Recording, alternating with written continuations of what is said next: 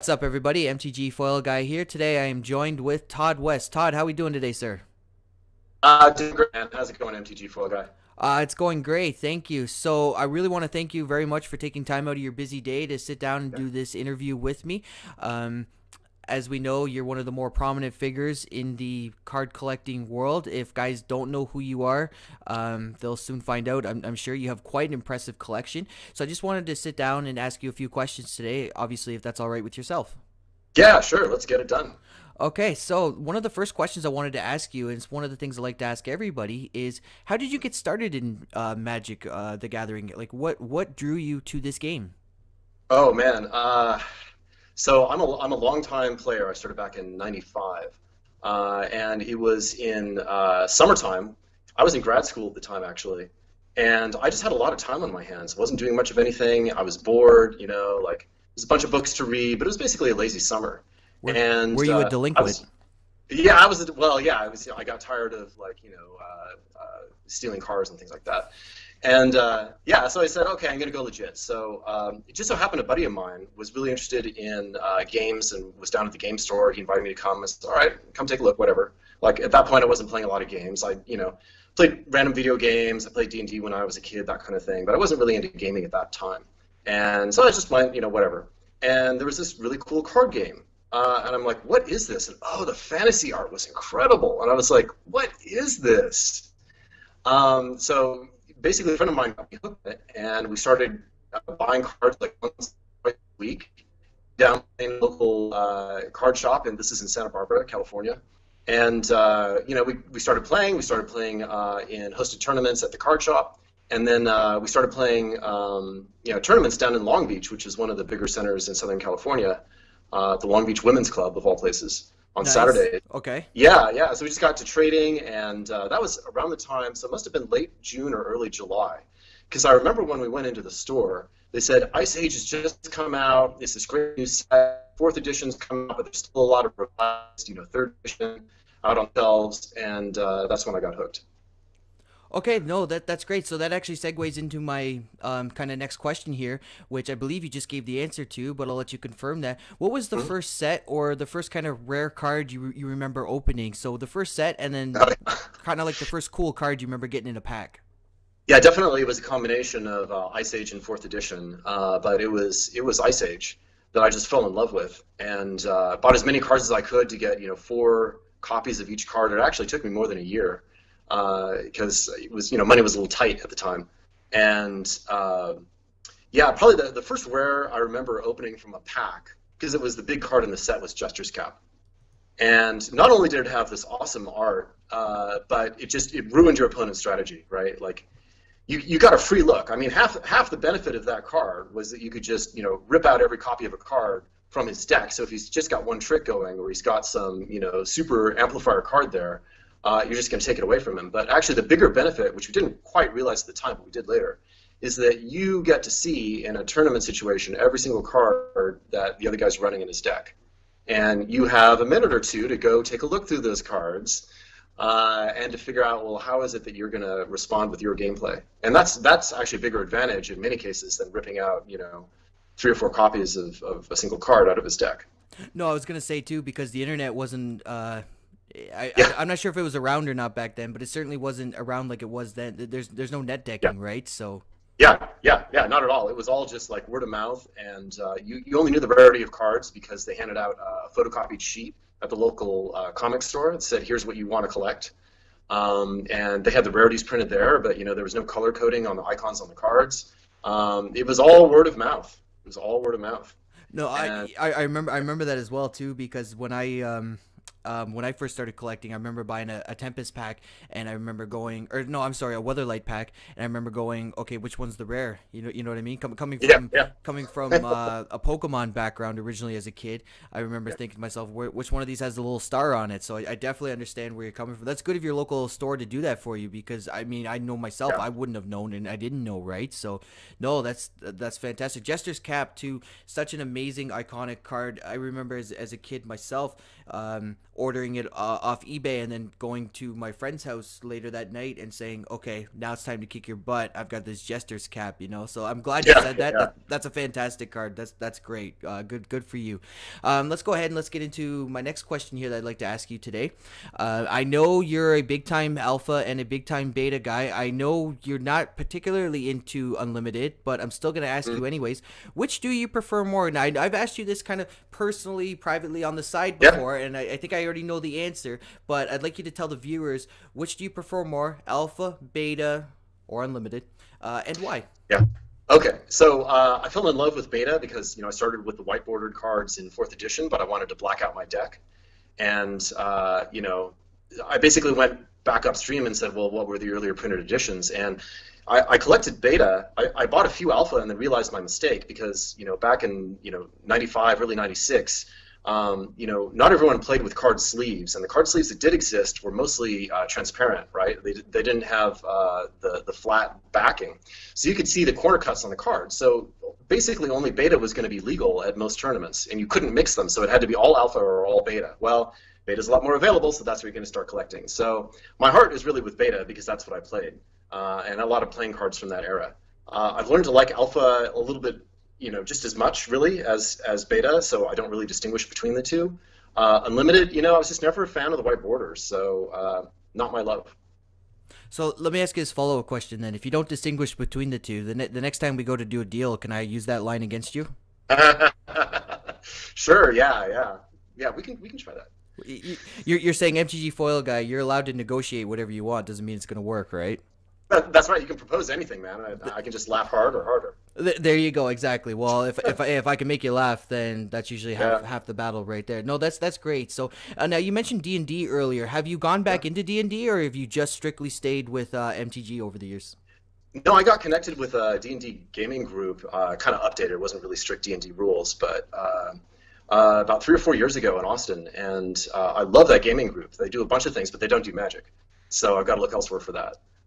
Yeah. Do they? Let me ask you this, because one of the old card shops I used to go to had a really big D&D following, and I remember going there on Saturday mornings, and I'd be there to play Magic or Pokemon at the time, and there'd be a bunch of older guys in the back all playing D&D, and I always felt like they kind of like held their noses up a little higher. Do you get that same with your group? Oh yeah, they're a bunch of arrogant bastards. They really are, and no, like that's just seriously, the way or they are. Well, a little bit, or maybe it's just the gamer group that I came with. They really just don't like Magic. And they love other card games, but they're just not a fan of Magic. And I think there's this generational component to it. Like, if you grew up on D&D and you want that experience again, that like that's what you love and that's what you do. Now, not everyone is arrogant about it, obviously, but you do get that friction. You get that friction where they're just really not so interested, and I think they resent it, right? Because part of it is the hard thing with D&D is finding enough players who want to play the format that you want to play. And it's a challenge in Magic, too, sometimes, depending on where you are,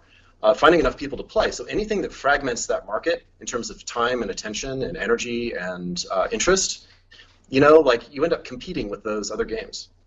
No, definitely, absolutely. So I actually find that kind of amusing then that we both have similar kind of stories when it comes to the play groups of D&D. Yeah. Not trying to judge and say Yeah. this small sample size of like 8 guys represents the entire population, or maybe it does. Yeah, but I think that's yeah, it pretty much is. I think that's just the way it is. Like, there's this friction there, and like I love both worlds, but they're very different. It's like two sets of friends who just never interact with each other. No, I can agree to that. I went to a Pokemon pre-release about a year back, and it's that compared to, and you could even say the same thing for Magic as well. Like, you go to a Magic standard tournament, and then you go to a Magic vintage tournament, and it's going to be like polar opposites in terms of the people that are there. So I can definitely relate to that.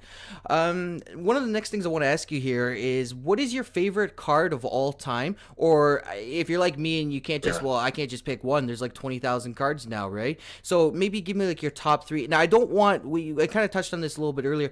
I don't want your top 3 in terms of value, okay? I want like your top 3 that are nostalgic purposes. Yeah. For nostalgia, I've got to say that like Mind Twist was one of the cards that like really opened my mind. It's all about the mid game is there's some card you can play that's just a win, a hands down win.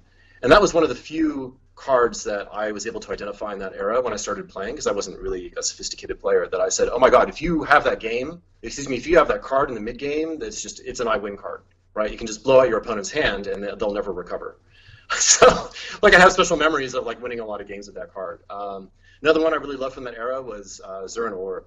That, you know, it was great in a necro deck because it was fuel. You know, you end up sacrificing lands to generate life, and then you pay the life to draw cards, and it helped made a necro deck something to really be feared, to the point that they restricted it in the format when I was playing. It's still restricted now, isn't it, or no? Yeah, yeah, yeah. Okay. And then there's the Lumberjack from Ice Age. That is, you know, it was a cheap source of mana. It was a lot of fun to play. You know, there's definitely a theme there. Like, I love to sacrifice lands to get something. And then, you know, in other decks I played, I love to sacrifice creatures in order to get something. Because it was like, well, you know, if you've got a bunch of small creatures that aren't making any headway in the mid game, or, you know, mid to late game, you've got a lot of spare land running, just sitting around. So why not turn it to good use? So I love recycling cards like that. No, that's great. That's fantastic. I really like your pick of Mind Twist there. That's a great pick. I remember the first time I took that to my kitchen table game. This is back when I was in elementary school with some of my buddies there. Same thing. I ordered the Jester's Cap and the Mind Twist off eBay, and I remember thinking to myself like, okay, boys, let's play. You know. So no, I definitely can get down with the pick of Mind Twist there. Now let's get into your actual collection itself. I'm sure you have fine. Can I ask you straight up? Do you have a nice BGS copy of Jester's Cap? I feel like you do. I actually don't, and this is a shame. That, like, a lot of them are just sort of beaten up. I haven't really made the effort to go like search out Ice Age, so I haven't graded them. But I have, you know, some okay, you know, raw examples, that kind of thing. But I haven't really like gone up market to say what is the highest quality Jester's Cap I can get. But I probably should. Yeah, fair enough. Yeah. It's something I didn't think about either until we just started talking. So, but Yeah. no, that's great. That's fantastic. But let's get into your actual collection itself. You own one of the finest collections of BGS cards in the world. You can go, shucks, no, I don't. But the reality is, you do. Okay, everybody knows it. Yeah. Those of us that collect these high end cards, we all know who you are and we all know what you own. Okay, so. How and why did you get into grading cards? You've already explained how you got into Magic, but why graded copies? Yeah, well, so first of all, my first collecting love was the antique map, which is kind of odd. But I collected like 16th and 17th century maps of the world, of Europe, of America, that kind of thing. And one of the cool things I thought about it is that, you know, these lasted hundreds of years. And when they first started printing maps, they could only print out a few hundred of them, or maybe in the low thousands. Because the printing plate actually wore out with use. You know, they'd carve it out of a copper plate, and then they'd ink the plate, and then they'd use it in a printing press, and it would just wear down. And then they'd have to like re-engrave it, or it broke, or, you know, something was learned new about geography, and somebody came along and made a different map, and then that became all the rage. But these early maps have become, you know, collectible antiques, just because naturally they had a limit to the population that was accidental, right? It wasn't designed really to be collectible at all. It's just they were beautiful, they were produced in limited numbers, and they are survivals over a long period of time. There's not that many left. So it creates kind of a natural collecting market. I kind of feel like Magic started that way. Like, even though it was called from the very beginning a collectible card game, there was no guarantee it was going to turn out that way. And the limited card runs of, you know, what, 1,100 rares in alpha of each one, and, you know, about triple that for beta. And so many of them were played with and used or just mishandled, and then only belatedly did people realize, hey, these things have value. And it's not just like monetary value, but it's sentimental value, it's emotional value. So the reason I started collecting was, you know, just emotion. Like, I played with these cards, I love them, and there's not that many left in really high quality. So that's kind of how I got into the graded cards. It said, I want to preserve it, I want to protect it, I want to know it's authentic, and I want it for display. And I also want to, you know, preserve it for the future, because it's kind of, you know, a big piece of my life history growing up, and it's a big piece of other people's lives too. So it's worth collecting and preserving and sharing the stories around. No, very interesting, and obviously, being a graded collector myself, I can certainly back up and get behind all those points that you just mentioned. One thing that you just said there that kind of I'm a little bit curious about is you said for display. How do you plan to display them? What do you got cooked up over there? Yeah, you know, I've thought about it a few different times about how I want to display it. You know, if you're going to display a grouping like 9 or 10, you know, if you have like 9 cards, like let's say the Power 9. You can do it in a 3 by 3 row, or you can create a pyramid out of it. And kind of same thing if you have 10 cards, you can create a different pyramid with different layers. Like 1, 2, 3, 4 will get you 10, and that's a natural way to do it. You know, some people like to put it behind glass, but what I really like to do is go simple. Is just put 2 cards up to each other side by side, in a small display that show you the combo, right? Like if you know the game and you see there's like an icy over here and a winter orb over there, well, guess what? You understand the joke, right? And so it's kind of like this little inside message to players. It's not just the beauty of the card, it's also like this was a piece of history.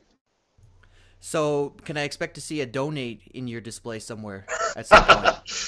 Sure, sure. A little after my time, but that could be one of them. Yeah, yeah. Was But, it though? Come on, the combo was with an Ice Age card. That's why I brought it up. yeah, no, that's totally fair. That's totally fair. I was actually thinking more in terms of,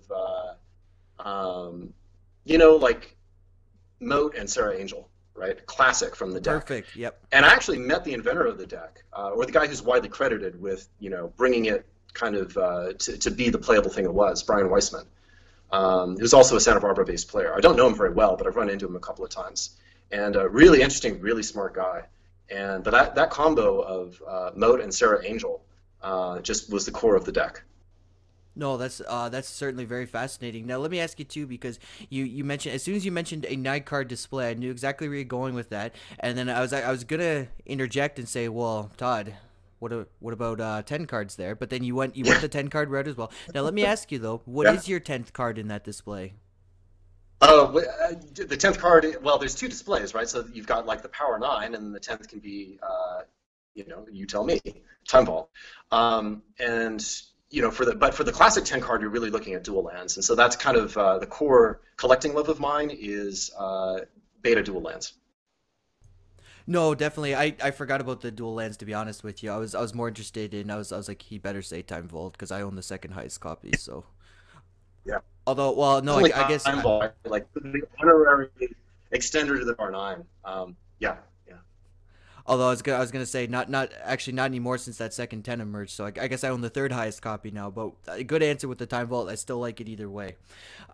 So let me ask you this then: what advice can you offer somebody? And this is one of the more important questions that I really wanted to ask you today, because having the collection that you have, what advice can you offer to someone who's maybe on the fence about getting their cards graded, or what are some pros? You've already mentioned some pros, but maybe there's something you kind of left out that you want to mention here. What are some other pros or some other benefits to getting a card graded, along with the advice that you're about to offer? Yeah, I'd say the chief sort of reasons for doing it really are authenticate the card, protect the card against the elements, right? Because it's going to be resistant to water, it's going to be resistant to getting banged around, that kind of thing. Makes it easy to display, and it preserves it for the future. To me, those are the key advantages. But there's other ones as well you don't really think about. Is like once you get into the collected card community, you start learning a whole lot more about the cards themselves, the printing process, the history of play. You start trading with other people. Maybe you're looking for all like one consistent grade, like getting a 9 grade in all of your cards, or a subset if you have a smaller collection than an entire set. But you end up learning a lot and meeting other people who are also really passionate about collecting cards and about the history of the game and about sharing stories. And so it brings you into a bigger community. And I think that's the thing that keeps it going. Like, it's one thing to say, yeah, I can put it in plastic, but who cares, right? But really it's about being connected to a larger group of people who are just passionate about it. No, that's fantastic, and I certainly agree with that. I know since I've got into this graded game a couple years ago, I can certainly vouch to that answer about where I've met some fantastic people along the journey. So no, that's a great answer. One of the last questions I want to ask you here today, and again, I thank you very much for having the time taken out of your day here to spend with me, is which cards or cards from your BGS sets mean the most to you and why? So this one here, if you got your valuable ones, then absolutely I'd love to hear it. But which ones out of your sets do you take out from time to time and just want to look at them? You know what I mean? Yeah, yeah. I kind of got into the complexities of play. I think that was one of the things that fascinated me about Magic, was there's so many things that you could do with this card game that you couldn't do with other card games, right? Like you used the library as a deep resource where you're drawing cards that you quote unquote shouldn't because you were breaking the rules, and that individual cards allowed you to do that. And then there are other cards that allow you to dig in the graveyard and go use that as a resource, or use played cards as that are on the field of play. on the battlefield as a resource. And so I really got interested in sort of the complexities of those interactions, but then over time, I returned to like the simple cards. And I have to say one of my favorites is Lightning Bolt. And you know, it's kind of an obvious one in a way, like, hey, it does 3 damage for 1 red mana. But I've learned to sort of appreciate the simplicity of alpha and beta, and the fact that the rules, although they're complex in combination, the rules on the individual cards can just be really, really basic. And a simple utility card like that with a beautiful piece of art, I just love. No, I definitely agree. I actually have it up on screen right now, and I love the art too. You know, it's definitely a great piece. The last question I want to ask you here today is, what advice can you offer to someone who's trying to collect a BGS set or subset? So what I mean by that specifically is for the for the young guy out there who wants to get into collecting an alpha or beta set, because I know for me when I first started, the first thing that jumped out to me was, holy crap, these cards cost a lot. So Yeah. what advice can you offer a guy who's just trying to get into it, who maybe doesn't know like what piece should I maybe go after first, that sort of thing? What tips or what can you offer that young person? Yeah, I'd say, well, first of all, know what your goals are as a collector, and then expect that those goals are going to change over time, right? Like, if your goal as a collector is to put together a set of stuff in decent quality, then figure out what decent quality is to your eye, right? And take a look at the card inside the case. Don't just take a look at the grade, and judge for yourself. Is this the quality of card that I want to put on display, that I want to preserve for a long, long time, maybe even keep forever? If so, then you found the grade of the card that's right for you. The other thing too is, like, put yourself on a budget. Buy the best quality that you can buy that you're happy with, and don't think about buying 100 cards. Don't think about buying 10 cards. Just think about buying one. Just think about buying one. And if you're concerned about the money that you spend on it, think of it also as an investment, because they're not making any more, and the Magic community has grown by huge leaps and bounds. And I think what happens is that, as people get older, they get a little nostalgic. I definitely have felt that in my own life, for the cards that they actually played with. So they have a really strong investment value in the same way that other generations of kids, and also people today just love collecting sports cards because it's their hero on it, right? It's their hero, and so they want a piece of that. But then they also look back into history and say, it was the greats of another era that really helped define the game. And so that became really interesting for sports people to get into, and it's interesting for Magic too. So I'd say, know what you love and love what you know, and take it one step at a time.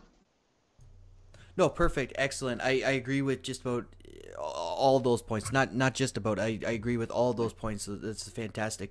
Todd, thank you very much for joining me today here on my first podcast. I was very honored that you accepted to do this. Like I said, as we all know, you have one of the best collections, so it really means a lot that I was able to get you on here today. I thank you very much for taking time out of your busy day. And once again, thank you very much, Todd West. This is MTG Foil Guy. Thanks, everybody. We hope to see you for the next one. Thanks.